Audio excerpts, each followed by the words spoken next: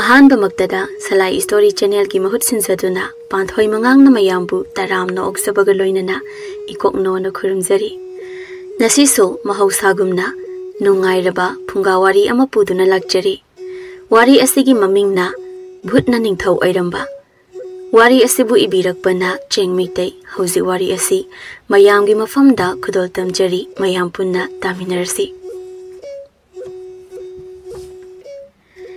ngasi su ningthau asanba wakhal tawri amuksu yam sauna kana kana lawi aduga amuksu tumina ungduna phami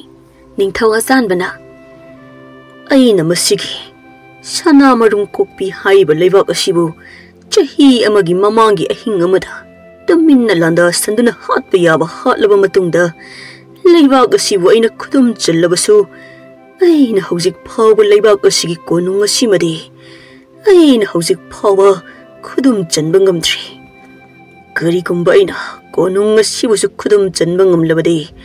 ai ese leiba kayagi ningthau singdagi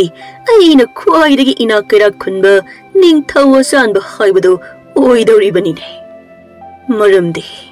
konung asida leiriba sana lupa hiramani mukta mayam sai khajik khara kinattene adubu hojik phawba konung asi aina lokshinba khudum chanbangam tri masipumba leibak asigi hanagi ningthau leibak miyamna yaba ningthau loyambana konung asida but chanaraga thamlambana ne aduga aina ngaklibadi leibak asigi hanagi ningthau loyambadane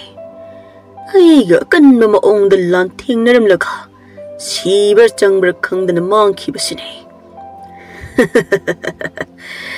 Narrator Ningthou loyambadu ai kidana leibak asi thadoktuna chen khiba adu amabu oiro konung si aigi oidabadi sukya yadabani hai lami khara ningthau asanbagi manakta changlaktuna khoirami iningthau leibak asigi khwaidagi heiba amai batom sadu nanai aikhoina phaduna pujarak iningthau ha kari heiba leibak asigi khwaidagi heiba amai batom sadu phaduna purak le heiba adadi amai batom sa hairiba napado ningthau aigi inakta yamna thuna puraune phagani iningthau Lanmi sing aduna leibak adugi yamna hairaba amaiba tomsa hairiba nupa adu ningthau asanbagi manakta puraklami lanmi sing aduna iningthau amaibadu masida leijare hey iningthau da nakok no na khoyamune amaiba aigi ningthau sunatana aidi karigi khoiramgadori banone kaya da manga haigaliba amaiba non he masi ta asina maya da lenglaga amadu da phawani ko hoje amaiba tomsana ipa pakhatuna iningthau nanai ni ikok nona khoiramjari nang na karigino ningthau agi yathang buki daduna koilot lotuna leiribadu bo iningthau ai lotjaba nateko handak maraksi puk yamna nungai tena achikpa mapham ama yenglaga pothajarubani aduda iningthau na isi Lord pa oina khan khibagi wane adu iningthau na nanai aibu koi thibi ba sibu kari leibagi no amukta nanai da haibiune hoi aina nang thibagi maram nang munna khanglamgani da amai ba tomcha nanai khangjadabani ni iningthau thajadraga aingonda hangbiuni iningthau masigi amai ba si koya da tat hairiba ne ningthau azan ba ingonda phawba magi tat pase tawine phai aigi thabak asi hek loibaga aina nang bu karamba maongda hatpagi haibado nang yengudana aigi thawai oijaramba iningthau loyambabu huranba manba miramgi ningthau nangna minung silaitana masa phawba phanghandana minung silaitana hatokpiraga aingonda magi thabak tawrulaw kaina adusu aigi iningthaugi aikhoi leibaki phajak Sana na yomlaga thambiramlaba sanagi konung asibu magi oiba yanaba adubone amaiba tomsa aina hingliba makhaidi ꯑꯩꯒꯤ ꯏꯅꯤꯡꯊꯧ ꯂꯣꯌꯥꯝꯕꯒꯤ ꯀꯣꯅꯨꯡ ꯑꯁꯤ ꯅꯪꯗꯤ ꯂꯥꯏꯔꯗꯅ ꯂꯥꯏ ꯂꯥꯛꯑꯕ ꯐꯥꯎꯕ ꯁꯨꯛꯄꯤ ꯄꯤꯔꯣꯏ ꯀꯔꯤꯅꯣ ꯑꯃꯥꯏꯕ ꯇꯣꯝꯆꯥ ꯅꯪꯅ ꯑꯩꯉꯣꯟꯗ ꯅꯃꯥꯏ ꯅꯃꯤꯠ ꯁꯨꯛꯇꯣꯛꯂꯒ ꯌꯦꯡꯂꯤꯕꯗꯨꯕꯨ ꯅꯠꯇꯦ ꯅꯪꯕꯨ ꯑꯩꯒꯤ ꯃꯔꯝꯗ ꯀꯔꯤ ꯐꯠꯇꯕ ꯋꯥꯈꯟꯀ ꯈꯜꯂꯤꯕꯅꯣꯅꯦ ꯈꯟꯖꯗꯦꯗ ꯏꯅꯤꯡꯊꯧ ꯅꯅꯥꯏꯒꯤ ꯁꯛꯁꯤ ꯈꯔ ꯊꯤꯕꯁꯤꯗ 이닝ꯊꯧꯗ ꯁꯨꯛꯇꯣꯛꯂꯒ ꯌꯦꯡꯕ ꯑꯣꯏꯅ ꯎꯕꯤꯔꯝꯃꯅꯤ ꯑꯁꯦꯡꯕꯗꯤ ꯑꯩꯗꯤ ꯑꯩꯒꯤ 이닝ꯊꯧ ꯑꯅꯧꯕ ꯑꯃ ꯐꯪꯖꯕꯒꯤ ꯍꯔꯥꯎꯖꯕꯒꯤ ꯌꯦꯡꯖꯕꯅꯤ ꯑꯗꯣ 이닝ꯊꯧꯅ ꯑꯩꯕꯨ ꯀꯣꯏꯊꯤ ꯊꯤꯕꯒꯤ ꯃꯔꯝꯗꯨꯕꯨ ꯑꯃꯨꯛꯇ ꯍꯥꯏꯕꯤꯌꯨꯒꯕ ꯅꯅꯥꯏꯁꯤ ꯌꯥꯝꯅ ꯅꯨꯡꯉꯥꯏꯇꯕ ꯑꯗꯨꯅ ꯑꯆꯤꯛꯄ ꯃꯐꯝ ꯊꯤꯔꯒ ꯄꯣꯊꯥꯅꯤꯡꯕ ꯍꯥꯏꯇꯥꯔꯦ ꯃꯁꯤꯒꯤ ꯇꯥꯠ ꯄꯥꯠꯀꯤ ꯑꯃꯥꯏꯕꯁꯤ ꯑꯩꯒꯤ ꯊꯕꯛꯁꯤ ꯌꯥꯝ ꯊꯨꯅ ꯂꯣꯏꯁꯤꯜꯍꯜꯂꯒ ꯃꯄꯣꯛꯁꯤꯃꯒꯤ ꯃꯥ ꯑꯆꯤꯛꯄ ꯃꯐꯝꯗ ꯅꯤꯡꯊꯧ ꯑꯆꯥꯟꯕ ꯑꯩꯅ ꯊꯥꯕꯤꯔꯛꯀꯦ ꯑꯗꯨꯁꯨ ꯃꯣꯡꯐꯝꯗ ꯁꯛꯇꯥꯁꯤꯒ ꯅꯣꯛꯂꯤꯅꯤ ꯀꯥꯏꯅ ꯍꯤꯡꯆꯥꯕꯗ ꯁꯣꯏꯅꯥꯏꯕ ꯃꯤ ꯍꯦꯛ ꯃꯥꯜꯂꯗꯅ ꯃꯨꯟꯅ ꯇꯥꯎ ꯑꯃꯥꯏꯕ ꯅꯪꯒꯤ ꯄꯥꯡꯗꯕ ꯂꯣꯌꯥꯝꯕ ꯍꯥꯏꯕ ꯅꯤꯡꯊꯧ ꯑꯗꯨꯅ ꯂꯩꯔꯝꯕ ꯁꯅꯥꯒꯤ ꯀꯣꯅꯨꯡ ꯃꯥꯟꯕ ꯑꯁꯤꯗ ꯅꯪꯅ ꯆꯪꯗꯅ ꯂꯥꯏꯇꯤꯟ ꯈꯣꯏꯔꯝꯗꯨꯅ ꯀꯣꯅꯨꯡ ꯑꯗꯨꯗ ꯂꯩꯔꯤꯕ ꯚꯨꯠ ꯄ꯭ꯂꯦꯠ ꯐꯠꯇꯕ ꯂꯥꯏꯁꯤꯡꯗꯣ ꯑꯃꯨꯛꯇ ꯁꯦꯠ ꯅꯥꯟꯅ ꯇꯥꯟꯊꯣꯛꯈꯣ ꯑꯗꯨꯒ ꯑꯀꯟꯕ ꯊꯧꯅꯥ ꯂꯩꯕ ꯅꯤꯡꯊꯧ ꯑꯆꯥꯟꯕ ꯑꯩꯁꯦ ꯀꯣꯅꯨꯡ ꯑꯗꯨꯗ ꯂꯩꯕ ꯌꯥꯅꯕ ꯑꯃꯨꯛꯇ ꯅꯪꯅ ꯁꯤꯜꯂꯣ ꯍꯥꯏ ꯅꯪꯒꯤ ꯂꯥꯏꯔꯕ ꯁꯣꯠꯊꯔꯕ ꯂꯩꯕꯥꯛ ꯑꯁꯤ ꯅꯤꯡꯊꯧ ꯑꯆꯥꯟꯕ ꯑꯩꯅ ꯏꯅꯥꯛ ꯈꯨꯟꯕ ꯆꯥꯕ ꯊꯛꯄ ꯋꯥꯠꯇꯕ ꯂꯩꯕꯥꯛ ꯑꯃ ꯑꯣꯏꯍꯟꯗꯧꯔꯤꯕꯅꯤꯅꯦ ꯑꯗꯨꯒꯤꯅꯤꯅꯦ ꯅꯤꯡꯊꯧ ꯑꯆꯥꯟꯕ ꯑꯩꯅ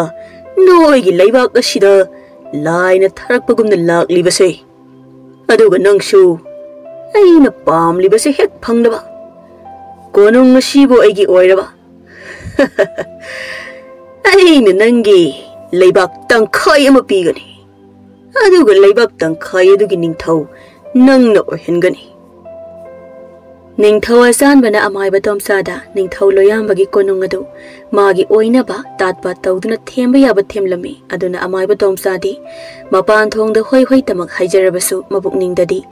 ꯅꯤꯡꯊꯧ ꯑꯆꯥꯟꯕꯕꯨ ꯊꯤꯅ ꯊꯤꯅ ꯆꯩꯔꯝꯃꯤ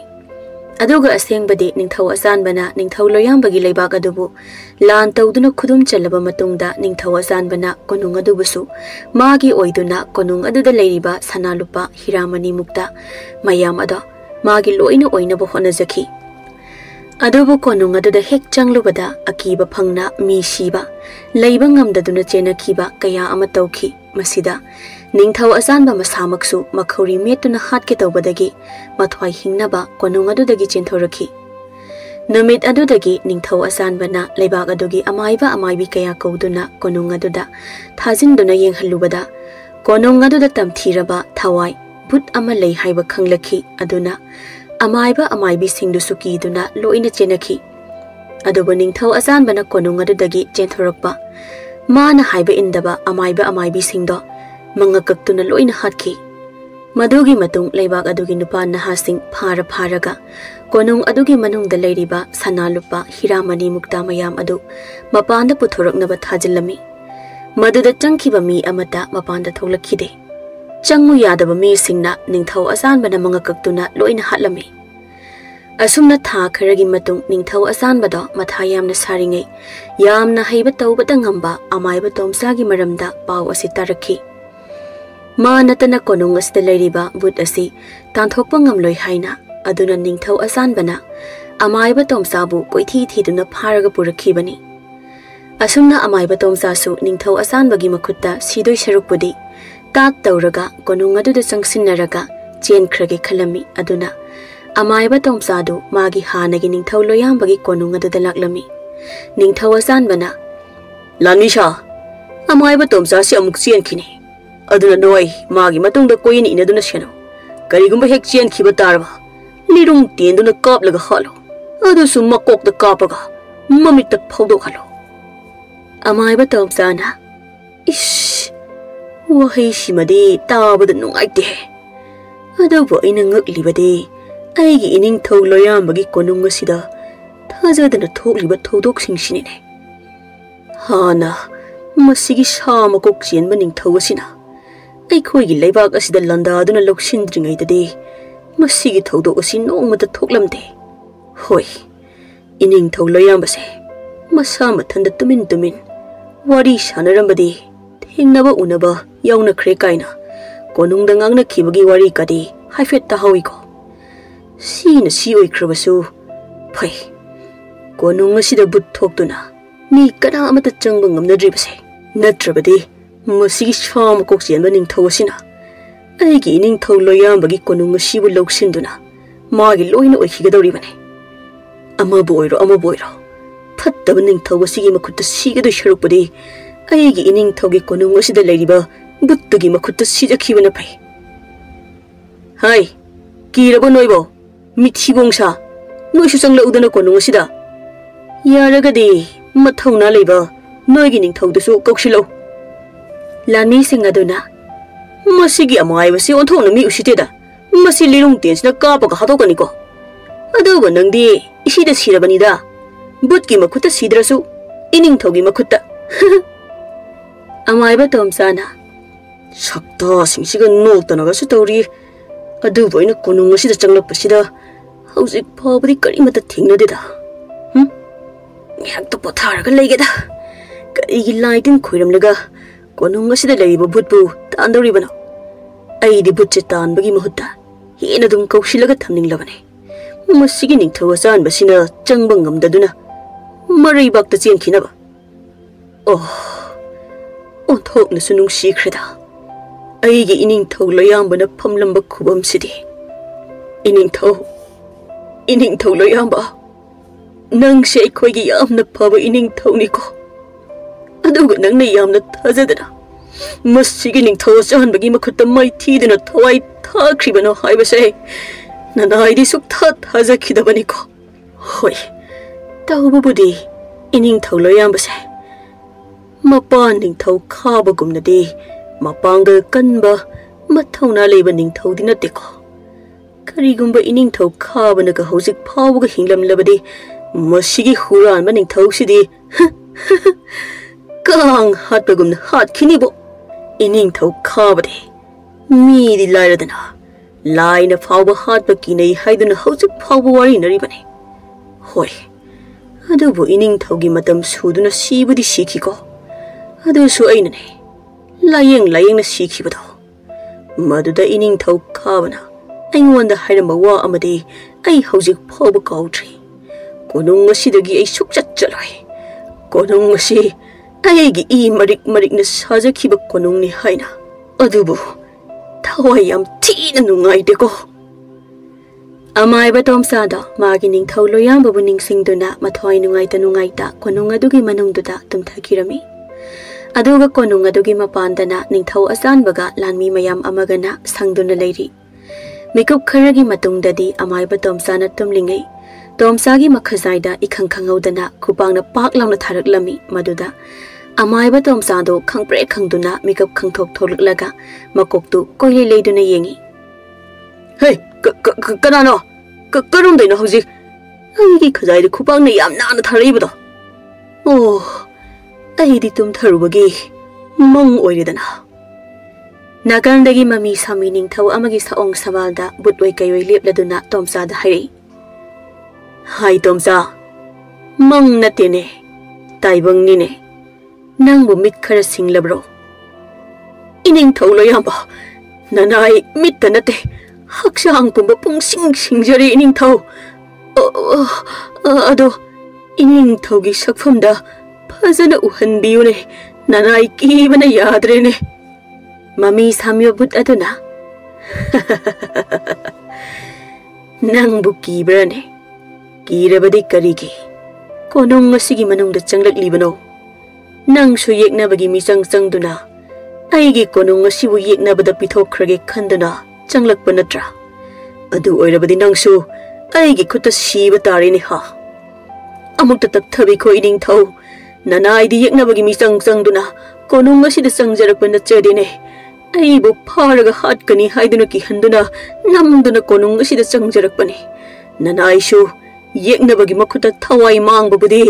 ꯏꯅꯤꯡꯊꯧꯒꯤ ꯀꯣꯅꯨꯡ ꯑꯁꯤꯗ ꯊꯋꯥꯏ ꯃꯥꯡꯖꯔꯨꯕꯅ ꯐꯩ ꯈꯟꯗꯨꯅ ꯆꯪꯖꯔꯛꯄꯅꯤ ꯀꯔꯤꯒꯨꯝꯕ ꯑꯩꯅ ꯌꯦꯛꯅꯕꯒꯤ ꯃꯤꯆꯪ ꯆꯪꯕ ꯑꯣꯏꯔꯝꯂꯕꯗꯤ ꯑꯩ ꯀꯞꯁꯨ ꯀꯞꯂꯝꯂꯣꯏ ꯇꯨꯝꯁꯨ ꯇꯨꯝꯂꯝꯂꯣꯏ ꯂꯥꯏ ꯇꯤꯟ ꯈꯣꯏꯔꯝꯗꯨꯅ ꯀꯣꯅꯨꯡ ꯑꯁꯤꯗ ꯂꯩꯔꯤꯕ ꯏꯅꯤꯡꯊꯧꯒꯤ ꯕꯨꯠ ꯑꯁꯦ ꯉꯁꯥꯏꯅ ꯇꯥꯜꯂꯝꯃꯅꯤ ꯑꯗꯣ 이닝ꯊꯧꯒꯤ ꯁꯛꯐꯝꯗ ꯐꯖꯅ ꯑꯃꯨꯛꯇ ꯎꯠꯄꯤꯔꯛꯎꯕ ꯅꯅꯥꯏ ꯑꯁꯦꯡꯕꯒꯤꯁꯨ ꯀꯤꯕꯅ ꯌꯥꯗ꯭ꯔꯦ ꯑꯃꯥꯏꯕ ꯚꯨꯠ ꯁꯥꯅꯕ ꯚꯨꯠ ꯐꯥꯕ ꯍꯩꯕ ꯅꯪꯁꯨ ꯑꯩꯕꯨ ꯀꯤꯔꯕ ꯐꯔꯦ ꯑꯗꯨꯗꯤ ꯅꯪꯅ ꯍꯥꯏꯕ ꯄꯨꯝꯕ ꯑꯩ ꯊꯥꯖꯔꯒꯦꯀꯣ ꯚꯨꯠ ꯑꯗꯨꯅ ꯃꯥꯒꯤ ꯑꯁꯦꯡꯕ ꯁꯛꯇꯝꯗꯣ ꯎꯍꯟꯗꯨꯅ ꯑꯃꯥꯏꯕ ꯇꯣꯝꯆꯥꯒꯤ ꯃꯃꯥꯡꯗ ꯂꯦꯞꯂꯝꯃꯤ ꯃꯗꯨ ꯎꯕꯗ ꯑꯃꯥꯏꯕ ꯇꯣꯝꯆꯥꯗꯣ ꯚꯨꯠ ꯑꯗꯨ ꯇꯝꯅ ꯆꯦꯟꯁꯤꯟꯗꯨꯅ ꯈꯣꯏꯔꯝꯗꯨꯅ ꯀꯞꯂꯝꯃꯤ 이닝ꯊꯧ 이닝ꯊꯧ 나나이나 ꯈꯣꯏꯔꯝꯖꯔꯤ 이닝ꯊꯧ 나나이디 이닝ꯊꯧ ꯂꯣꯏꯔꯥꯝꯕꯒꯤ ꯚꯨꯠ ꯑꯣꯏꯔꯝꯒꯗ꯭ꯔꯥ ꯍꯥꯏꯅ ꯈꯟꯖꯔꯨꯕꯅꯤ ꯑꯗꯨꯒꯗꯤ 이닝ꯊꯧ ꯈꯥꯕ ꯑꯣꯏꯗꯨꯅ ꯂꯩꯔꯝꯃꯦꯗꯣ ꯑꯗꯣ 이닝ꯊꯧ 이자누ꯄꯥ ꯂꯣꯏꯔꯥꯝꯕꯗꯤ ꯚꯨꯠꯀ ꯑꯣꯟꯕꯤꯗꯕ꯭ꯔꯅꯦ ꯅꯤꯡꯊꯧ ꯈꯥꯕꯗꯣ ꯀꯞꯁꯨ ꯀꯞ ꯅꯣꯛꯁꯨ ꯅꯣꯛꯇꯨꯅ ꯑꯩꯒꯤ ꯅꯨꯡꯁꯤꯔꯕ ꯏꯆꯥ ꯅꯤꯡꯊꯧ ꯂꯣꯏꯔꯥꯝꯕꯒꯤ ꯃꯄꯨ ꯃꯥꯒꯤ ꯃꯅꯥꯛꯇ ꯅꯨꯡꯉꯥꯏꯅ ꯂꯩꯈ꯭ꯔꯦꯅꯤ ꯇꯣꯝꯆꯥ ꯅꯨꯃꯤꯠ ꯑꯗꯨꯗ ꯀꯔꯤꯒꯨꯝꯕ ꯌꯦꯛꯅꯕꯁꯤꯡ ꯑꯗꯨꯒ ꯑꯩꯒꯤ ꯏꯆꯥꯅꯨꯄꯥ ꯂꯣꯏꯔꯥꯝꯕꯒꯗꯨ ꯀꯣꯅꯨꯡ ꯑꯁꯤꯒꯤ ꯃꯅꯨꯡꯗ ꯂꯥꯟꯊꯦꯡꯅꯔꯝꯂꯕꯗꯤ ꯌꯦꯛꯅꯕꯒꯤ ꯃꯈꯨꯠꯇ ꯑꯩꯒꯤ ꯏꯆꯥꯅꯨꯄꯥ ꯅꯤꯡꯊꯧ ꯂꯣꯏꯔꯥꯝꯕꯗꯣ ꯊꯋꯥꯏ ꯃꯥꯡꯂꯝꯂꯣꯏ ꯌꯦꯛꯅꯕꯒꯤ ꯑꯣꯏꯅ ꯊꯋꯥꯏ ꯃꯥꯡꯂꯝꯒꯗꯕꯅꯤ ꯅꯨꯃꯤꯠ ꯑꯗꯨꯗ ꯃꯄꯥ ꯅꯤꯡꯊꯧ ꯑꯩꯅꯁꯨ ꯏꯆꯥꯕꯨ ꯊꯣꯛꯈꯤꯗꯅꯕ ꯌꯥꯝꯅ ꯍꯥꯏꯖꯕꯅꯤ ꯑꯗꯨꯕꯨ ꯃꯔꯝꯗ ꯃꯔꯩꯕꯥꯛ ꯅꯨꯡꯁꯤꯕ ꯍꯦꯟꯃꯟꯈꯤꯕꯅ ꯃꯄꯥ ꯑꯩꯒꯤ ꯋꯥꯕꯨ ꯃꯤꯔꯥꯏꯗꯨꯅ ꯃꯈꯨꯠꯇ ꯈꯨꯠꯂꯥꯏ ꯄꯥꯏꯗꯨꯅ ꯊꯣꯛꯈꯤꯕꯅꯤ ꯃꯤꯀꯨꯞ ꯑꯗꯨꯗ ꯑꯩꯒꯤ ꯏꯆꯥ ꯂꯣꯏꯔꯥꯝꯕꯅ ꯃꯄꯥ ꯑꯩꯉꯣꯟꯗ ꯊꯧꯅꯥ ꯐꯅ ꯍꯥꯏꯔꯝꯃꯤ ꯏꯄꯥ ꯅꯤꯡꯊꯧ ꯑꯩꯒꯤ ꯃꯤꯌꯥꯝ ꯑꯁꯤ ꯌꯦꯛꯅꯕꯅ ꯃꯐꯝ ꯃꯐꯝꯗ ꯇꯨꯃꯤꯟꯅ ꯆꯪꯁꯤꯜꯂꯛꯇꯨꯅ ꯍꯥꯠꯄ ꯍꯧꯔꯦꯅꯦ ꯃꯁꯤꯗ ꯅꯆꯥ ꯑꯩꯅ ꯀꯣꯅꯨꯡ ꯑꯁꯤꯒꯤ ꯃꯅꯨꯡꯗ ꯌꯦꯛꯅꯕ ꯉꯥꯏꯗꯨꯅ ꯂꯩꯕꯒꯤ ꯃꯇꯝ ꯅꯠꯇꯦꯅꯦ ꯏꯄꯥ ꯅꯤꯡꯊꯧ ꯀꯔꯤꯒꯨꯝꯕ ꯅꯆꯥ ꯑꯩꯅ ꯂꯥꯟꯐꯝꯗ ꯊꯋꯥꯏ ꯊꯥꯈ꯭ꯔꯕꯁꯨ ꯏꯄꯥ ꯅꯤꯡꯊꯧ ꯂꯩꯔꯤꯕꯁꯤꯗꯤ ꯍꯥꯏꯕ ꯋꯥꯍꯩ ꯑꯁꯤ ꯍꯥꯏꯔꯝꯂꯒ 이자 ꯂꯣꯏꯔꯥꯝꯕꯗ ꯊꯣꯛꯈꯤꯕꯅꯤꯅꯦ ꯇꯣꯝꯆꯥ ꯑꯗꯨꯕꯨ ꯇꯣꯝꯆꯥ ꯑꯩꯗꯤ ꯀꯣꯅꯨꯡ ꯑꯁꯤꯒꯤ ꯋꯥꯡꯃ ꯂꯥꯟꯅ ꯊꯣꯛꯄ ꯌꯥꯗꯕ ꯚꯨꯠꯅꯤꯅꯦ ꯚꯨꯠ ꯑꯁꯨꯝꯅ ꯑꯃꯥꯏꯕ ꯇꯣꯝꯆꯥꯒ ꯅꯤꯡꯊꯧ ꯈꯥꯕꯒꯤ ꯚꯨꯠ ꯑꯗꯨꯒ ꯋꯥꯔꯤ ꯃꯌꯥꯝ ꯑꯃ ꯁꯥꯟꯅꯔꯝꯃꯤ ꯃꯄꯥꯟꯗꯅ ꯅꯤꯡꯊꯧ ꯑꯆꯥꯟꯕꯗꯣ ꯍꯥꯏꯐꯝ ꯇꯧꯐꯝ ꯈꯪꯗꯅ ꯃꯈꯨꯠꯇ ꯊꯥꯡꯁꯥꯡ ꯑꯃ ꯄꯥꯏꯗꯨꯅ ꯀꯣꯏꯆꯠ ꯆꯠꯇꯨꯅ ꯂꯩꯔꯝꯃꯤ ꯅꯤꯡꯊꯧ ꯑꯆꯥꯟꯕꯅ ꯑꯩꯒꯤ ꯏꯃꯥꯡꯁꯤꯗ ꯁꯅꯥꯒꯤ ꯆꯤꯡꯖꯥꯎ ꯑꯃ ꯂꯪꯊ꯭ꯔꯤꯛ ꯂꯪꯅ ꯈꯤꯟꯗꯨꯅ ꯂꯩꯔꯕꯁꯨ ꯅꯤꯡꯊꯧ ꯑꯆꯥꯟꯕ ꯑꯩꯅ ꯌꯦꯇꯨꯝ ꯃꯇꯣꯟꯗ ꯄꯛꯄ ꯃꯆꯦꯠ ꯑꯃ ꯐꯥꯎꯕ ꯂꯧꯕ ꯉꯝꯗ꯭ꯔꯕ ꯑꯗꯨꯕꯨ ꯑꯩꯁꯨ ꯑꯅꯝ ꯀꯟꯕ ꯑꯩꯅ ꯉꯝꯗ꯭ꯔꯤꯈꯩ ꯇꯣꯛꯇꯕ ꯅꯤꯡꯊꯧ ꯑꯆꯥꯟꯕꯅꯤꯗꯅ ꯑꯗꯨꯅ ꯃꯁꯤꯒꯤ ꯁꯅꯥꯒꯤ ꯀꯣꯅꯨꯡ ꯑꯁꯤ ꯌꯦꯇꯨꯝꯗ ꯄꯛꯄ ꯁꯅꯥ ꯃꯆꯦꯠ ꯑꯃ ꯐꯥꯎꯕ ꯃꯥꯡꯍꯟꯗꯕ ꯃꯈꯩ ꯑꯩꯅ ꯁꯣꯏꯗꯅ ꯂꯧꯒꯅꯤꯗꯅ ꯍꯣꯏ ꯅꯣꯏ ꯀꯅꯥ ꯀꯅꯥ ꯂꯩ ꯂꯩꯕꯥꯛ ꯑꯁꯤꯗ ꯂꯩꯔꯤꯕ ꯃꯤꯑꯣꯏ ꯈꯨꯗꯤꯡꯃꯛ ꯐꯥꯔꯒ ꯄꯨꯔꯛꯎ ꯅꯨꯄꯤ ꯅꯨꯄꯥ ꯍꯅꯨꯕ ꯍꯅꯨꯕꯤ ꯑꯉꯥꯡ ꯈꯣꯡꯇꯦꯛ ꯃꯤꯇꯥꯡ ꯑꯃꯠꯇ ꯆꯤꯊꯗꯅ ꯐꯥꯔꯒ ꯄꯨꯔꯛꯎ ꯃꯗꯨꯗ ꯌꯥꯗꯕ ꯃꯤꯁꯤꯡꯗꯣ ꯃꯊ꯭ꯋꯥꯏ ꯂꯣꯏꯅ ꯂꯧꯔꯝꯃꯨ ꯂꯥꯟꯃꯤꯁꯤꯡ ꯑꯗꯨꯅ ꯐꯒꯅꯤ ꯏꯅꯤꯡꯊꯧ ꯂꯥꯛꯑꯣꯏ ꯏꯅꯤꯡꯊꯧꯒꯤꯁꯦ ꯃꯤ ꯐꯥꯔꯒ ꯀꯣꯅꯨꯡꯗ ꯆꯪꯍꯟꯗꯣꯏ ꯑꯣꯏꯔꯝꯅꯤ ꯅꯤꯡꯊꯧ ꯑꯆꯥꯟꯕꯅ ꯀꯅꯥꯅ ꯉꯝꯕꯒꯦ ꯍꯥꯏꯕꯗꯨ ꯌꯦꯡꯒꯦꯕ ꯁꯣꯝꯗꯅ ꯑꯃꯥꯏꯕ ꯇꯣꯝꯆꯥꯅ ꯑꯗꯣ ꯏꯅꯤꯡꯊꯧ ꯅꯅꯥꯏ ꯋꯥ ꯑꯃꯇ ꯍꯪꯖꯒꯦ ꯁꯣꯏꯈꯤ ꯂꯥꯟꯈꯤꯕ ꯌꯥꯎꯔꯕꯁꯨ ꯅꯅꯥꯏꯕꯨ ꯉꯥꯛꯄꯤꯌꯨꯀꯣ ꯀꯣꯅꯨꯡ ꯑꯁꯤꯒꯤ ꯃꯅꯨꯡꯗ ꯌꯦꯛꯅꯕ ꯅꯤꯡꯊꯧꯅ ꯑꯩꯈꯣꯏꯒꯤ ꯂꯩꯕꯥꯛ ꯑꯁꯤꯒꯤ ꯑꯃꯥꯏꯕ ꯑꯃꯥꯏꯕꯤꯇ ꯅꯠꯇꯦ ꯃꯤꯆꯪ ꯀꯌꯥ ꯑꯃ ꯐꯥꯔꯒ ꯆꯪꯍꯟꯈꯤꯕꯗꯨꯕꯨ ꯏꯅꯤꯡꯊꯧꯅ ꯂꯣꯏꯅ ꯍꯥꯠꯇꯣꯛꯄꯤꯈ꯭ꯔꯕ꯭ꯔꯥ ꯑꯩꯒꯤ ꯃꯥꯌꯣꯛꯇ ꯆꯪꯂꯛꯄ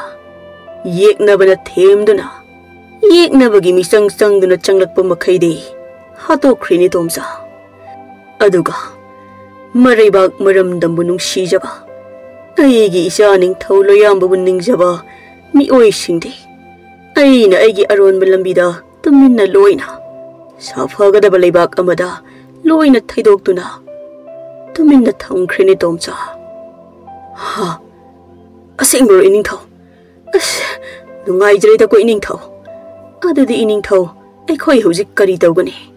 ꯃꯁꯤꯒꯤ ꯌꯦꯛꯅꯕ ꯅꯤꯡꯊꯧ ꯃꯀꯣꯛ ꯆꯥꯛꯄꯁꯤꯗꯤ ꯇꯨꯃꯤꯟꯅ ꯂꯩꯒꯗꯕ ꯅꯤꯡꯊꯧꯗꯤ ꯅꯠꯇꯦ. ꯏꯅꯤꯡꯊꯧꯒꯤ ꯀꯣꯅꯨꯡ ꯑꯁꯤ ꯐꯪꯅꯕ ꯍꯣꯠꯅꯕꯗ ꯑꯩꯈꯣꯏꯒꯤ ꯂꯩꯕꯥꯛ ꯑꯁꯤꯒꯤ ꯃꯤꯁꯤꯡ ꯑꯁꯤ ꯂꯣꯏꯅ ꯍꯦꯛꯇ ꯍꯥꯠꯈꯤꯒꯗꯧꯔꯤꯕꯅꯤꯅꯦ. ꯃꯗꯨꯁꯨ ꯑꯩ ꯈꯜꯂꯤꯕꯅꯤꯅꯦ. ꯑꯩꯗꯤ ꯍꯧꯖꯤꯛ ꯊꯋꯥꯏ ꯈꯛꯇꯅꯤ ꯂꯩꯔꯤꯕꯁꯦ. ꯑꯗꯨꯁꯨ ꯀꯣꯅꯨꯡ ꯑꯁꯤꯒꯤ ꯃꯅꯨꯡꯗ ꯈꯛꯇ ꯇꯧꯕ ꯉꯝꯕ. ꯑꯗꯨꯅ ꯑꯩꯅ ꯑꯩꯒꯤ ꯂꯩꯕꯥꯛ ꯑꯁꯤꯒꯤ ꯃꯤꯁꯤꯡ ꯑꯁꯤ ꯀꯟꯕ ꯑꯃꯠꯇ ꯉꯝꯂꯣꯏꯅꯦ ꯇꯣꯝꯆꯥ. ꯑꯩꯅꯁꯨ ꯉꯝꯂꯣꯏꯕꯣ ꯏꯅꯤꯡꯊꯧ. ꯑꯩꯗꯤ ꯊꯣꯛꯈꯤꯕꯒ ꯑꯗꯨꯃꯛ ꯁꯤꯔꯒꯅꯤ. ꯑꯗꯨꯒ ꯑꯩꯗꯤ ꯍꯧꯖꯤꯛ ꯏꯅꯤꯡꯊꯧꯒꯤ ꯚꯨꯠ ꯊꯦꯡꯅꯔꯨꯕꯗꯩ ꯊꯋꯥꯏ ꯍꯤꯡꯗꯨꯅ ꯂꯣꯠꯇꯨꯅ ꯆꯦꯟꯈꯤꯕꯁꯨ ꯄꯥꯝꯗ꯭ꯔꯦ. ꯏꯅꯤꯡꯊꯧꯒꯤ ꯃꯣꯡꯐꯝꯗꯒꯤ ꯚꯨꯠ ꯈꯔꯒ ꯀꯧꯔꯨꯖꯣꯔꯥ? ꯌꯥꯔꯣꯏꯅꯤ ꯁꯤꯁꯨ. ꯑꯗꯨꯗꯤ ꯀꯩꯗꯧꯒꯅꯤ? ꯀꯣꯅꯨꯡ ꯑꯁꯤꯕꯨ ꯏꯅꯤꯡꯊꯧꯅ ꯉꯥꯛꯂꯕꯁꯨ ꯀꯣꯅꯨꯡ ꯑꯁꯤꯒꯤ ꯋꯥꯡꯃꯗ ꯃꯄꯥꯟꯗ ꯑꯩꯈꯣꯏꯒꯤ ꯂꯩꯕꯥꯛ ꯑꯁꯤꯒꯤ ꯃꯤꯌꯥꯝꯕꯨ ꯉꯥꯛ ꯁꯦꯟꯕ ꯉꯝꯒꯗꯕ ꯂꯥꯟꯃꯤ 1,000 ꯂꯩꯔꯕꯗꯤꯀꯣ. ꯂꯩꯔꯣꯏꯅꯤ ꯁꯤꯁꯨ. ꯂꯥꯟꯃꯤꯈꯩꯗꯤ ꯌꯦꯛꯅꯕ ꯅꯤꯡꯊꯧꯅ ꯂꯣꯏꯅ ꯍꯥꯠꯄꯤꯈ꯭ꯔꯕꯅꯤꯅꯦ. ꯈꯔ ꯍꯤꯡꯍꯧꯕꯗꯨꯅ ꯌꯦꯛꯅꯕꯒꯤ ꯂꯥꯟꯃꯤ ꯑꯣꯏꯗꯨꯅ ꯂꯩꯈ꯭ꯔꯦꯕ. ꯅꯠꯇ꯭ꯔꯒ ꯏꯅꯤꯡꯊꯧꯒꯤ ꯚꯨꯠꯇ ꯈꯪꯅ ꯆꯥꯟꯅꯕꯒ ꯂꯩꯇ꯭ꯔꯥ? ꯃꯄꯥꯟꯗꯁꯨ ꯂꯩꯕ ꯉꯝꯕ ꯑꯀꯟꯕ ꯚꯨꯠ. ꯇꯣꯝꯆꯥ, ꯅꯪꯒꯤ ꯑꯣꯏꯔꯦ ꯄꯥꯔꯤꯗꯕ ꯋꯥꯗꯣ ꯉꯥꯡꯂꯛꯀꯅꯨꯅꯦ. ꯚꯨꯠꯄꯨ ꯐꯥꯒꯤ ꯐꯔꯥꯡꯗꯧꯅ ꯄꯪꯑꯣꯟꯗ ꯑꯣꯟꯕ ꯌꯥꯕ. ꯚꯨꯠꯇ ꯁꯪꯒꯒ ꯂꯩꯕꯗꯧꯅ ꯅꯪꯕꯨ ꯏꯆꯥꯒꯤ ꯂꯃꯟ ꯁꯤꯡꯅꯅꯕꯒ ꯉꯥꯎꯔꯤꯀꯥꯟꯁꯤꯗꯕ. ꯑꯁꯨꯝꯅ ꯅꯤꯡꯊꯧ ꯈꯥꯕꯒ ꯑꯃꯥꯏꯕ ꯇꯣꯝꯆꯥꯒꯗꯨ ꯐꯝꯗꯨꯅ ꯋꯥꯈꯜ ꯈꯜꯂꯝꯃꯤ. ꯌꯦꯛꯅꯕ ꯅꯤꯡꯊꯧ ꯑꯁꯥꯟꯕꯕꯨ ꯍꯥꯠꯇꯨꯅ ꯃꯔꯩꯕꯥꯛ ꯃꯤꯌꯥꯝꯕꯨ ꯃꯇꯧ ꯀꯔꯝꯅ ꯀꯟꯁꯤꯒꯦ ꯍꯥꯏꯕꯗꯨ ꯈꯜꯂꯝꯃꯤ. ꯃꯤꯀꯨꯞ ꯈꯔ ꯂꯩꯔꯒꯗꯤ ꯅꯤꯡꯊꯧ ꯈꯥꯕꯅ ꯇꯣꯝꯆꯥ, ꯂꯩꯔꯦꯍꯦ, ꯃꯤ ꯂꯩꯔꯦꯅꯦꯍꯦ. ꯑꯩꯗꯤ ꯉꯍꯥꯟ ꯃꯈꯩ ꯋꯥꯈꯜꯕꯨ ꯇꯧꯔꯨꯗꯦꯅꯦ. ꯂꯩꯔꯦ, ꯃꯤ ꯂꯩꯔꯦ. ꯏꯅꯤꯡꯊꯧ, ꯀꯅꯥꯅꯣ ꯂꯩꯔꯤꯕꯣ? ꯅꯅꯥꯏꯗꯁꯨ ꯈꯪꯍꯜꯂꯨꯗꯅ. ꯍꯣꯏ, ꯅꯪ ꯅꯤꯡꯁꯤꯡꯂꯤꯕ꯭ꯔꯥ? ꯅꯣꯡꯃ ꯑꯩꯒꯤ ꯏꯆꯥꯅꯨꯄꯥꯅ ꯅꯤꯡꯊꯧ ꯂꯣꯌꯥꯝꯕꯅ ꯀꯧꯕ꯭ꯔꯨ ꯆꯤꯡꯒꯤ ꯆꯤꯡꯈꯣꯡꯗꯒꯤ ꯐꯥꯗꯨꯅ ꯄꯨꯔꯛꯈꯤꯕ ꯃꯉꯥꯎ ꯊꯤꯕ ꯅꯍꯥ ꯑꯗꯣ. ꯀꯅꯥꯅꯣꯅꯦ ꯏꯅꯤꯡꯊꯧ? ꯏꯅꯤꯡꯊꯧ ꯂꯣꯌꯥꯝꯕꯅ ꯐꯥꯔꯒ ꯄꯨꯔꯛꯇꯨꯅ ꯀꯩꯁꯨꯝꯁꯪꯗ ꯊꯝꯈꯤꯕꯗꯤ ꯃꯤ ꯌꯥꯝꯅ ꯌꯥꯝꯃꯤꯗ. ꯏꯍꯦ, ꯃꯃꯥ ꯌꯥꯝꯅ ꯅꯤꯡꯕ ꯅꯍꯥꯗꯣ. ꯃꯃꯥꯅ ꯍꯥꯏꯔꯤꯈꯩ ꯏꯟꯕ ꯃꯉꯥꯎ ꯊꯤꯕ ꯂꯝ ꯍꯦꯟꯕ ꯅꯨꯄꯥ ꯅꯍꯥꯗꯣ. ꯃꯃꯥ ꯌꯥꯝꯅ ꯅꯤꯡꯕ, ꯃꯃꯥꯅ ꯍꯥꯏꯔꯤꯈꯩ ꯏꯟꯕ ꯂꯝ ꯍꯦꯟꯕ ꯅꯍꯥ ꯍꯥꯏꯁꯤ. ꯅꯪ ꯀꯥꯎꯔꯕ꯭ꯔꯥ ꯇꯣꯝꯆꯥ?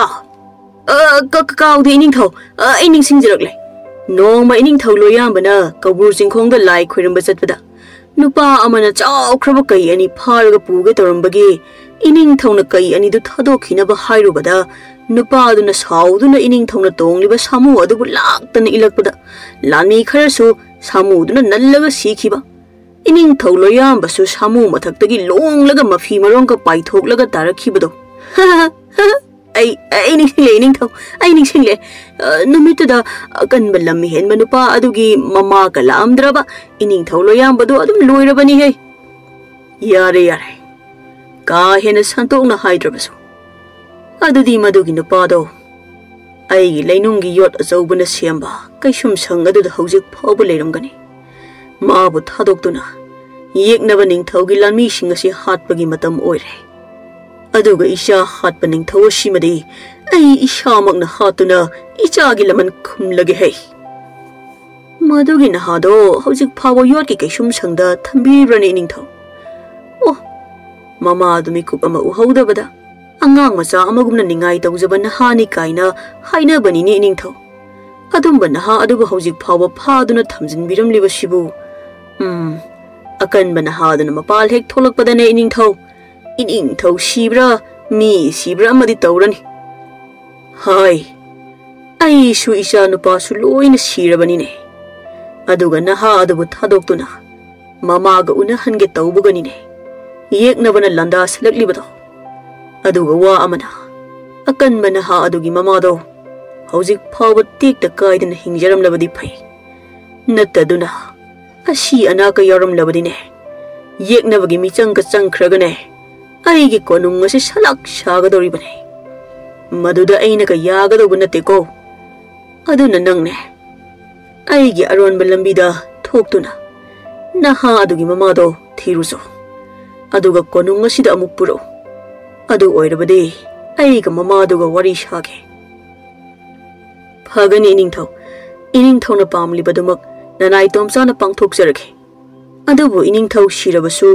Bhoot onduna konung ngaktuna leiramba shimadi nanai tomsa gi thamoina penjai he Ningthau khabagi Bhoot aduna haibagi matong inna amaiba tomsa na akanbana ha adugi mamagi yumda tomina chatuna unarami aduga wari liduna konungda ningthau khabagi manakta akanbana ha adugi mamadu puraklami aduga amuk ningthau khabagi Bhoot olaba thawai aduga akanbana ha adugi mama aduga wari mayam ama sanarami asumna ningthau aduna haiba wari pumba akanbana ha adugi mama aduna yaraduna akanbana hagi mamaga machagadu unahalami aduga mamaduna masanupa akanbada leibak asida thokliba wari pumba kaptuna tamlami mamagi thamoi sokna liriba wari singadu taraga masanupa akanbadu asawbana mamittu igumna ngaksak nganglami masanupa akanbana ima leibak asida asuk jawr irang ama thoklaga nacha ibu yotki keshum sangsida sijara sunu matagum imaga su lapna handana phajillaga thambiriba aikhoigi ningthau asi han halaga phagadabani imagi ibungo akanba aikhoigi iningthaudi isaga imagana unagadaba numittugi ahing nongyaida yeknaba ningthaugi makhutta akanba lanthengnaramlaga thawai thakrene imabu hojikta aikhoigi iningthauga unaduna wari sanabagi wa ama hairambadaine aibu kamaina haidaribanone tawribasibo imagi ibungo imana hojik hairiba iningthau adudi aikhoigi iningthau loyambagi mapa ningthau khabagi wanine iman haise iningthau loyambagi mapadu sidribra hinglibra ima hinglaga masanupadu phawba kanba ngamhaudrabra ima iningthau loyambagi mapa ningthau khabadi kuhirene nonga khiba ibungo siraga imaga kamaina unaribana imagi wadu nachagi asawda hena sawnaba macha ama oirene ima aina ka wari liba haitabaga ima oina kokbu ngausilakleda se ima phasana haige munna taw imana unaduna wari sanariba iningthau khabadi nonga khiba kuire adubu magi thawai adudi hojiksu konung asida Bhoot onduna konung asigi lanthum mayam ase sangduna leiri haibanine imana haibase iningthau loyambagi mapa ningthau khaba asi sikhrabasu magi thawai aduna Bhoot onduna konung asi ngakpi senbiri haibanine ado imana haiba wasingse asumbadi asumbani ko hoine imagi ibungo hawgatluse aikhoi punna phaminaraga wari sanarusi Bhoot ningthau garoima adudi ima chatsine Bhoot ningthau do nacha mitpena amukta yengjageni ima asumna mama masado ningthau khabagi Bhoot onlaba thawai adugi manakta chatuna amaiba tomsaga punna watanarami watanaba loibaga konung aduda akanbagi mama aduna ningthaugi aronba lambida thaidokhirami aduga amaiba tomsana yeknaba ningthau asanbagi manakta chathankhirami aduga amu naha akanbaduna ningthaugi aronba lambida thokhanduna yeknabagi lanmi singadu hatnaba sem sarami hauzik konung aduda ningthau khabagi Bhoot khaktamak lehauduna konung aduda changlakpa yeknaba singbu hatnanaba sem saduna ningthaugi famfam langda famduna ngaiduna leirami asumna amaiba tomsana konungdagi harauna tholakpadu ubada yeknabagi ningthau asanba adu ingangakna amaiba tomsada yengladuna masigi amaiba shimadi matam khara changjarabasu thokti thoklaklene ꯑꯗꯨꯗꯤ ꯐꯩ ꯃꯥꯒꯤ ꯊꯕꯛ ꯂꯣꯏꯔꯕꯗꯤ ꯃꯁꯤꯒꯤ ꯑꯃꯥꯏꯕꯁꯤ ꯍꯤꯡꯅ ꯃꯋꯟ ꯈꯣꯛꯂꯒ ꯅꯨꯡꯁꯥꯗ ꯄꯥꯡ ꯇꯤꯡꯂꯒ ꯐꯧꯖꯕ ꯇꯥꯔꯦꯗꯅ ꯑꯃꯥꯏꯕ ꯇꯣꯝꯆꯥꯅ ꯃꯁꯤꯒꯤ ꯇꯨꯝꯁꯠ ꯃꯥꯟꯕ ꯅꯤꯡꯊꯧꯁꯤꯅ ꯈꯜꯂꯤꯁꯦ ꯑꯩꯒꯤ ꯊꯕꯛ ꯂꯣꯏꯔꯕꯗꯤ ꯑꯩꯁꯦ ꯇꯝꯊꯤꯅ ꯍꯥꯠꯂꯒꯦ ꯁꯤꯅꯤ ꯑꯗꯨꯕꯨ ꯑꯩꯁꯨ ꯑꯄꯪꯕ ꯑꯃꯥꯏꯕ ꯇꯣꯝꯆꯥꯗꯤ ꯅꯠꯇꯦꯗꯅ ꯑꯗꯨꯅ ꯑꯩꯗꯤ ꯁꯨꯛꯁꯤ ꯁꯤꯕ ꯌꯥꯔꯣꯏꯕ ꯑꯗꯨꯗꯤ ꯇꯥꯠꯍꯧꯔꯒꯦ ꯍꯦ 이닝ꯊꯧꯒꯤ ꯑꯄꯥꯝꯕꯗꯨ ꯐꯪꯒꯗꯧꯔꯦꯅꯦ 이닝ꯊꯧ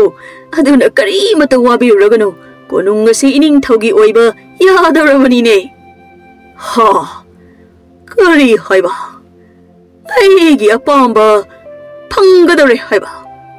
ꯐꯪꯗꯤ ꯐꯪꯗ꯭ꯔꯤꯕ ꯍꯥꯏ ꯑꯃꯥꯏꯕ ꯇꯣꯝꯆꯥ ꯅꯔꯣꯜ ꯆꯨꯝꯅ ꯄꯥꯎꯗꯨ ꯇꯝꯃꯨꯅꯦ ꯀꯣꯅꯨꯡ ꯑꯁꯤꯗ ꯂꯩꯔꯤꯕ ꯕꯨꯠ ꯄ꯭ꯂꯦꯠꯁꯤꯡ ꯑꯗꯨꯕꯨ ꯂꯣꯏꯅ ꯇꯥꯟꯈ꯭ꯔꯕ꯭ꯔꯥ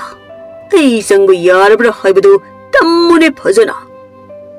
ꯌꯥꯗꯧꯔꯦ 이닝ꯊꯧ ꯍꯧꯖꯤꯛꯃꯛꯇꯤ ꯌꯥꯗ꯭ꯔꯤ ꯑꯩꯒꯤ ꯂꯥꯏꯇꯤꯟ ꯈꯣꯏꯔꯝꯒꯗꯕ ꯋꯥꯠꯆꯔꯤ 이닝ꯊꯧ ꯏꯌꯥ ꯑꯗꯨꯗꯤ ꯅꯪ ꯍꯥꯠꯄ ꯌꯥꯗ꯭ꯔꯤꯅꯤ ꯍꯥ ꯀꯔꯤ ꯍꯥꯏꯕ 이닝ꯊꯧ ꯍꯥ ꯀꯩꯁꯨ ꯍꯥꯏꯗꯦꯅꯦ ꯑꯗꯣ ꯀꯌꯥꯝ ꯋꯥꯠꯂꯤꯒꯦ ꯕꯨꯠꯁꯤꯡ ꯇꯥꯟꯒꯗꯧꯕ ꯆꯌꯣꯜ ꯑꯃꯃꯨꯛꯀ ꯆꯪꯈꯤꯗꯧꯔꯤꯕ꯭ꯔꯥꯅꯦ ꯑꯃꯥꯏꯕ ꯇꯣꯝꯆꯥ ꯅꯪꯕꯣ ꯆꯌꯣꯜ ꯑꯃꯗꯤ ꯍꯦꯟꯅ ꯆꯪꯈꯤꯒꯅꯤ ꯁꯦꯡꯅ ꯍꯥꯏꯔꯕꯗ ꯊꯥ ꯑꯃ ꯆꯪꯈꯤꯅꯤ 이닝ꯊꯧ ꯀꯣꯅꯨꯡ ꯑꯁꯤꯒꯤ ꯃꯅꯨꯡꯗ ꯂꯩꯔꯤꯕ ꯕꯨꯠ ꯑꯁꯦ ꯑꯃ ꯑꯅꯤꯒ ꯅꯠꯇꯦꯅꯦ 이닝ꯊꯧ ꯌꯥꯝꯅ ꯌꯥꯝꯈ꯭ꯔꯕꯖꯥꯠꯅꯤ ꯃꯁꯤ ꯄꯨꯝꯕ ꯑꯩꯒꯤ ꯍꯥꯟꯅ ꯐꯠꯈꯤꯗ꯭ꯔꯕ 이닝ꯊꯧ ꯂꯣꯌꯥꯝꯕꯗꯨꯅ ꯃꯤ ꯐꯥꯔꯒ ꯀꯣꯅꯨꯡ ꯃꯅꯨꯡ ꯑꯁꯤꯗ ꯇꯝꯊꯤꯅ ꯍꯥꯠꯂꯝꯕ ꯃꯌꯥꯝ ꯑꯗꯨꯒꯤ ꯊꯋꯥꯏꯁꯤꯡꯗꯨꯅ ꯕꯨꯠ ꯑꯣꯜꯂꯒ ꯁꯧ ꯁꯥꯈꯩ ꯂꯩꯔꯝꯕꯅꯦ ꯑꯗꯨꯕꯨ 이닝ꯊꯧ ꯑꯃꯥꯏꯕ ꯇꯣꯝꯆꯥ ꯑꯩ ꯆꯪꯈꯤꯕꯗꯅꯦ ꯕꯨꯠꯁꯤꯡꯗꯨ ꯀꯤꯗꯅꯅꯦ ꯀꯣꯏꯆꯦꯟ ꯆꯦꯟꯅꯕꯖꯥꯠꯅꯤ ꯑꯗꯨꯒ 이닝ꯊꯧ ꯕꯨꯠ ꯇꯪꯈꯥꯏ ꯑꯃꯗꯤ ꯑꯩꯅ ꯑꯩꯒꯤ ꯂꯥꯏꯒꯤ ꯁꯦꯡꯂꯕ ꯏꯁꯤꯡ ꯑꯁꯤꯗ ꯑꯀꯟꯕ ꯂꯥꯏꯁꯣꯟ ꯇꯤꯟꯁꯣꯜ ꯑꯁꯤ ꯁꯣꯟꯖꯤꯜꯂꯦꯔꯒ ꯕꯨꯠꯁꯤꯡꯗꯨꯗ ꯆꯥꯏꯗꯨꯅ ꯍꯥꯠꯂꯝꯂꯕꯅꯤꯅꯦ ꯃꯥꯅ ꯍꯥꯏꯔꯤꯕ ꯋꯥꯁꯤꯡ ꯑꯁꯤꯕꯨ ꯑꯁꯦꯡꯕ ꯑꯆꯨꯝꯕꯔꯅꯦ ꯅꯠꯇ꯭ꯔꯒꯅ ꯃꯊ꯭ꯋꯥꯏ ꯍꯤꯡꯅꯕ ꯑꯩꯉꯣꯟꯗ ꯇꯥꯠꯇꯧꯔꯤꯕ꯭ꯔꯅꯦ ꯍꯣꯏ ꯅꯪꯅ ꯍꯥꯏꯔꯤꯕ ꯋꯥꯁꯤꯡ ꯑꯁꯤꯕꯨ ꯑꯁꯦꯡꯕꯔꯅꯦ ꯑꯁꯦꯡꯕꯅꯤꯅꯦ 이닝ꯊꯧ ꯊꯥꯖꯕꯤꯗ꯭ꯔꯒ ꯇꯨ ꯑꯁꯤ ꯑꯃꯨꯛꯇ ꯌꯦꯡꯕꯤꯌꯨ ꯂꯥꯟꯃꯤ ꯅꯣꯏꯁꯨ ꯌꯦꯡꯉꯨꯅꯦ ꯑꯁꯤ ꯂꯥꯟꯃꯤꯁꯤꯡ ꯑꯗꯨꯅ ꯀꯔꯤꯅꯣ ꯁꯤꯕꯣ ꯚꯨꯠꯀꯤ ꯃꯃꯤꯠꯂꯣ 시나 그리 붓기 쿠차 오이라 말이네 이씨 붓기 학장 볼랑시디 그놈니 해 기바가 파위 닝타와 산바나 낭 그래디 넘바 아마이바니네 아두디 꼬농시 다 아마기 마동다디 아이기 로이나 오이더라보고 아두디 마레마 시대 레이리바 닝ꯊꯧ ꯃꯌꯥꯝꯗꯒꯤ ꯑꯩꯅ ꯏꯅꯥꯛ 이큰 ꯈꯨꯜꯂꯒꯅꯤꯅꯦ ꯑꯃꯥꯏꯕ ꯇꯣꯝꯆꯥꯅ ꯁꯛꯇꯥ 시가 ꯃꯌꯥ 시다 사기 셔르신 넘칠러가 오ꯠ거니까 허지 그리 하이바 아마이바 이닝ꯊꯧ 나나이나 하이자바디 아이 뚜민나 이닝ꯊꯧ기 나공 마야다 하이자게 ꯄꯥꯎ ꯅꯨꯡꯉꯥꯏꯕꯅꯤ 이닝ꯊꯧ ꯄꯥꯎ ꯅꯨꯡꯉꯥꯏꯕ ꯍꯥꯏꯕ ꯑꯗꯨꯗꯤ ꯍꯥꯏꯔꯣꯅꯦ ꯊꯨꯅ ꯑꯗꯨꯕꯨꯔꯣ 이닝ꯊꯧ ꯀꯣꯅꯨꯡ ꯑꯁꯤꯒꯤ ꯃꯅꯨꯡꯗ ꯑꯔꯣꯟꯕ ꯁꯨꯔꯨꯡ ꯑꯆꯧꯕ ꯑꯃ ꯂꯩꯍꯧꯋꯤ ꯃꯗꯨꯒꯤ ꯃꯅꯨꯡꯗꯅꯦ ꯁꯅꯥꯅ ꯁꯅꯥꯒꯤ ꯂꯨꯄꯥꯅ ꯂꯨꯄꯥꯒꯤ ꯍꯤꯔꯥꯃꯅꯤ ꯃꯨꯛꯇꯥꯟ ꯆꯤꯡꯃꯨꯛ ꯄꯩꯔꯒ ꯂꯩꯍꯧꯋꯤꯅꯦ 이닝ꯊꯧ ꯇꯨ ꯃꯌꯥꯝꯗꯨꯗꯒꯤ ꯑꯩꯅ ꯁꯅꯥ ꯃꯆꯦꯠ ꯑꯃꯒ ꯍꯤꯔꯥ ꯑꯃꯒ ꯄꯨꯔꯛꯄꯅꯦ ꯃꯌꯥꯝ ꯄꯨꯔꯛꯀꯗꯕꯗꯣ ꯕꯨꯠ ꯃꯌꯥꯝ ꯑꯃꯅ ꯇꯥꯟꯅꯔꯛꯇꯅ ꯑꯩ ꯀꯟꯅ ꯆꯦꯟꯊꯣꯔꯛꯄꯅꯦ ꯅꯤꯡꯊꯧ ꯑꯆꯥꯟꯕ ꯑꯗꯨꯅ ꯏꯁ ꯁꯤꯗꯤ ꯑꯁꯦꯡꯕꯒꯤꯁꯨ ꯁꯅꯥꯒ ꯍꯤꯔꯥꯒꯅꯤꯅꯦ ꯑꯃꯥꯏꯕ ꯇꯣꯝꯆꯥ ꯅꯪꯕꯣ ꯑꯗꯨꯗꯤ ꯍꯧꯖꯤꯛ ꯕꯨꯠꯁꯤꯡ ꯑꯗꯨ ꯃꯇꯧ ꯀꯔꯝꯅ ꯑꯃꯨꯛ ꯍꯥꯠꯀꯅꯤ ꯑꯃꯥꯏꯕ ꯑꯗꯨꯕꯨꯔꯣ 이닝ꯊꯧ ꯂꯩꯕꯥꯛ ꯑꯁꯤꯒꯤ ꯂꯥꯏꯐꯝ ꯑꯃꯁꯨ ꯑꯣꯏꯔꯤꯕ लाइगी चिंगदुम हाइरगा खंगनरिबा असिगी चिंखोंगदा लाइगी इफुट अमा लैबने मदुदगी अइना पारिबा लैबागी चफु असिबु इसिंग पिक थना कल्लगा पुबीराबा अदु ओइरबदी कोनोंग असिदा लैरिबा बुटसिंग असे अइना इराइ लाइना लोइना हातपा यारे अदुगा इनिंगथौ अमगसु वाली करी अमुक वालिबगिनि अमाइबा लाइगी ताइरेल मसा अमगा वाली इनिंगथौ मधुना कदाइदा हौगिने अमाइबा ससत हाइरोने मधुमदे लंघै पोपी चिंगदोल दा हौबने इनिंगथौ तौबतबु माडी थांग नुमिकी नुमिदांग या संग नुमिता हेक्तबा याथे अतै मतमदा हेक्लबदी लाइटिन सोनबदा भूत तानबदा करिमता कानरोय हाइजरिबा इनिंगथौ अदुदी ngasi kari numina ngasi di sagol siani ne phare adudi noi lami khara laigi singado yam thuna sogloro pik thana soglakadabani ko amai ba tomsana sapu su ka hen ba yaba nate he kai ba da but masing hengalakani ningthau asan bana tare dana hairi ba se he kai ba da noi su ningthau ai khuta sire khango aduga tayen masaduna thang jangai rasi अदुदी अमाइबा नंगना Ningthou असान बाइबु हराउ हनबगी नंग करी पामे करी जानिंगी हायो नंगबु हेलोई गुमना मसक मदौ फजबी नुपी लैशाबिगा पामब्रो इकाई गनुने हेक्ता हायुने नंगनबु पामलबदी अमत्त नति चामबु पीगेने इश मित्तबु उइहे अदो इनिंगथौ बुट सिंगसी हाना तुमना अमुक्ता आई हाचखिगे अदो इनिंगथौ लानमी सिंग लाइगी इसिंग लौब चख्रिङैदा आइगी तुंग इलक्तुना कोनुंग असिगी मनुंगदा चंगबा ngंगदबा अकनबा थौना फबा लानमी चामा खक्ता पियो अदुदी करिगिनो अमाइबा इनिंगथौ कोनुंग असिगी मनुंगदा लाइटिन खोइरमनबा मफम साबा अमा थीरगा सिंगदोक सिंजिन तौबगी वानी इथंदना तौरबदी यारोइदबा अदुगिनी इनिंगथौ कीब्रा इनिंगथौ कीगनुदा अमाइबा तोमसा आई यावरिबसिदी अदुगा मोइना थोलकपदा यारगदी सनासिंगदो खरा खरा पाइहलके तौबनी इनिंगथौ अमाइबा अदुगी वादो ताबदा Ningthou असानबदु यामना हरावरमी अदुना लानमी चामदा नतना जनीबु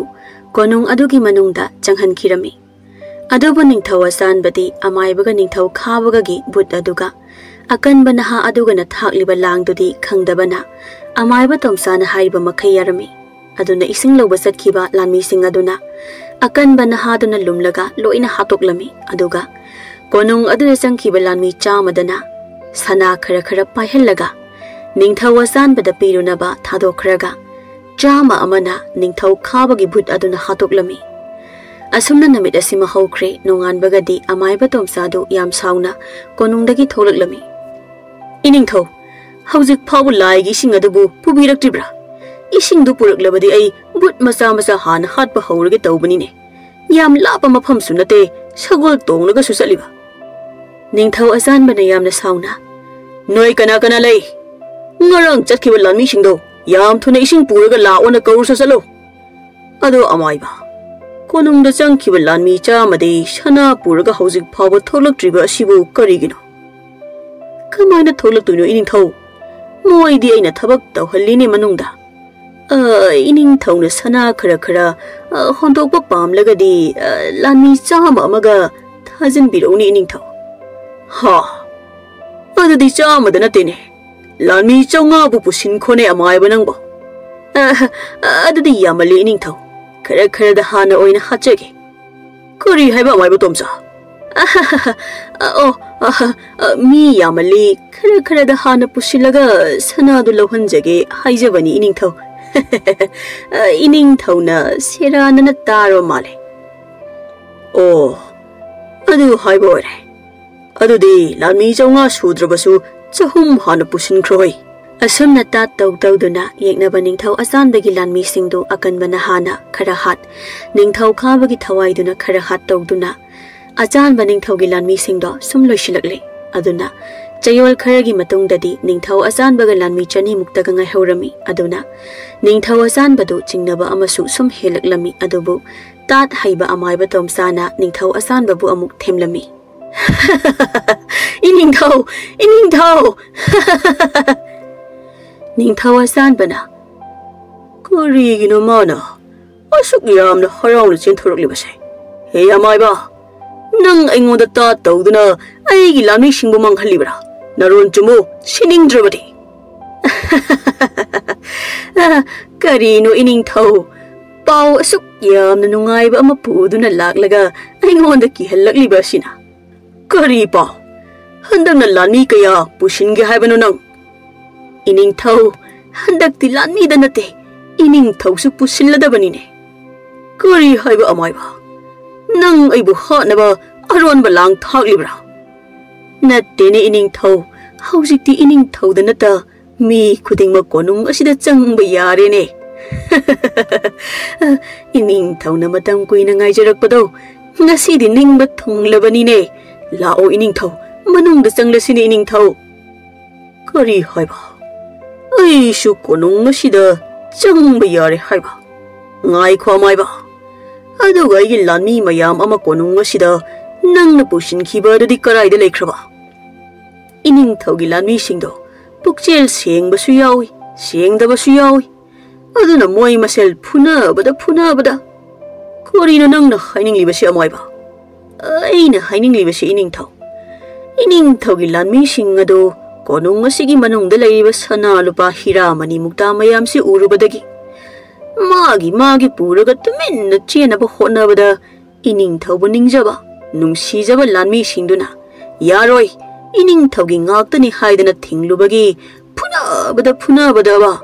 aduna Ningthou amukta changlaga thembirula natrabadi sauribani kaina maiga hekta thakidoribani ha kari haiba adudi yam thuna changsine amaiba hai lanmi sha noisu loina lao hai Nangi matam suridana Ningthou asanba. Asumna Ningthou asanbaga lanmi sing adugana konungde hek jangkhibaga amaiba tomsana thongjaw adu mapanda chetna lonsin khirami. Maduda Ningthou asanbadu wakhal khangta taraklami aduga konung adugi manungduda asanba Ningthou gi lanmi singdogi asiba haksang polang mayam ama aduga asiba sing adugi manakta akanbana ha adu makuta chaurba thangpak ama pairagasu mathanta leirami akanbana ha aduna laglabra Ningthou asanba ngasidi nangi matam surene nang kanano aduga igi yamlaba lanmi mayam asibu nang nathantana matau karamna haliba aina hatpa nattene sigi mayam side aina hatpade nangi lanmi mayam ama Ising sokpa chatkhiba singduni ne adabu nangdi aina hatloi ko aigi Ningthou na hatkadabane Ningthou asanbana nangi Ningthou nangi Ningthou de aigi khutta mathoi mangduna aina makak thalaga phumjin khrabada Wahai asi hektabada Ningthou khabagi Bhoot adu asawbana mai hauna maya launa mamit maya songthokpa makai makuta thangsang ama paiduna Ningthou asanbadamna khanghaudana songsilakle madu ubada Ningthou asanbado khangprek khangladuna yam kina laurami aduga konung adugi manungda koisil chelami maduda lanmi sing adubuna akanbana ha aduna tanaduna hatlami aduga Ningthou asanbabuna Ningthou khabagi Bhootuna machet chetlaga tamthina hatlami asumna yekna babu tumna hatlaba matungda Ningthou khabadu lairam lenda yengkhatuna masa Ningthou loyam babu kauduna kaplami tha kharagi matungdadi konung adu hanagumna amuk thamduna thaidokduna thamkhraba leibak adugi miyam adubu amuk kausinduna nunga yaifana hanagumna amuk palami aduga leibak adugi Ningthou buna akanbana ha aduna oiraduna Magi matungda Ningthou khabagi Bhoot olaba thawai aduna leibak amadi konung adubu yeknaba kayadagi ngak senduna nungaina amuk pan khirami